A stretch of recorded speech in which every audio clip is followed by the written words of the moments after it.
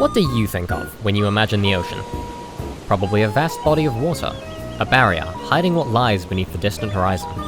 Whether you go there to relax, to swim, to hide something you never want found again, anyone can agree on one thing. The ocean is deep. So what do you find when you reach the bottom?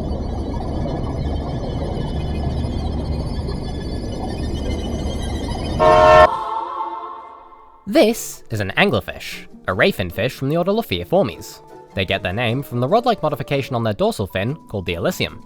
This particular species is called the black sea devil, which makes complete sense when you consider it might have actually come from hell. Anglerfish reside thousands of feet deep underwater, enduring freezing temperatures, absolute darkness, and a pressure of around 3000 psi. This depth of the ocean has been appropriately labeled the midnight zone. Guess that means its prey are midnight snacks. Speaking of prey, its primary diet is fish, or anything else that fits in its stomach, the exception being microorganisms and creatures with a tough shell. If needed, it can expand its mouth to around 12 times its original size. To earn this meal, it prowls around the ocean floor with its fins, using a rarer method of hunting among the animal kingdom: luring. They lure their prey in using a glowing bulb on top of their elysium called the esker. It can come in the shape of a sphere, a worm, or anything that might look like a tempting meal to an abdominous fish with no self-control. The reasons fish are lured towards the esker are mainly due to hunger or curiosity, and in the abyssal darkness of the watery deep, light is scarce, so it sticks out like a sore thumb. The reason it lights up like this is because of a bioluminescent bacteria inside called photobacterium. Their bond is symbiotic, which means the bacteria and the anglerfish are dependent on the other for survival. The anglerfish gets light for its lure, the bacteria gets a safe home and constant nutrients. Funnily enough, scientists haven't entirely discovered how it gets into the esker. I guess they've got their priorities, like cancer vaccines and engineering Boston Dynamics dogs.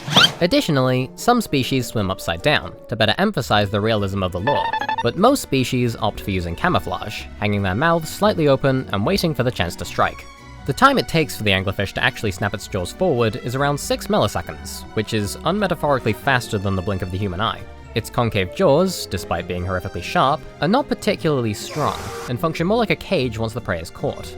It doesn't digest its prey live, but still, anything it catches is either crushed to death the moment it's swallowed, or just runs out of oxygen. And goodness gracious, this flounder knows it. Have you ever seen a fish hyperventilate? Because this is what it looks like. Luckily, the anglerfish's metabolism is extremely slow, an adaptation to the harsh environments of the midnight zone. Food here is scarce, and so they limit their energy usage, surviving on one meal for months on end. Yes, fish have a power saving mode. Bonus fact: every anglerfish you've seen on screen so far is a female. You know how I can tell? Because the males are tiny, and actually act as parasites to the females. Other than reproduction purposes, they're basically useless. Wait, no. In conclusion, the ocean is filled with wonder. From adorable to downright traumatic, we should appreciate the complexity of these creatures, and their fight for survival, even in the harshest conditions. Except dolphins. Freaks.